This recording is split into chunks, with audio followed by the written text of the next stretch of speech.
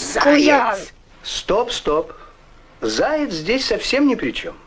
Виноваты стаканы из напряженного стекла.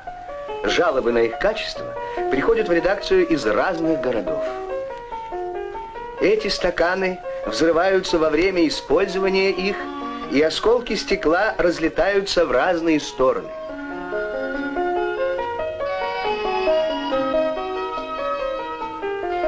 Стаканы разлетаются на мелкие части и взрываются не только при пользовании ими, но и при хранении, мытье, сушке и заполнении их горячими и холодными напитками.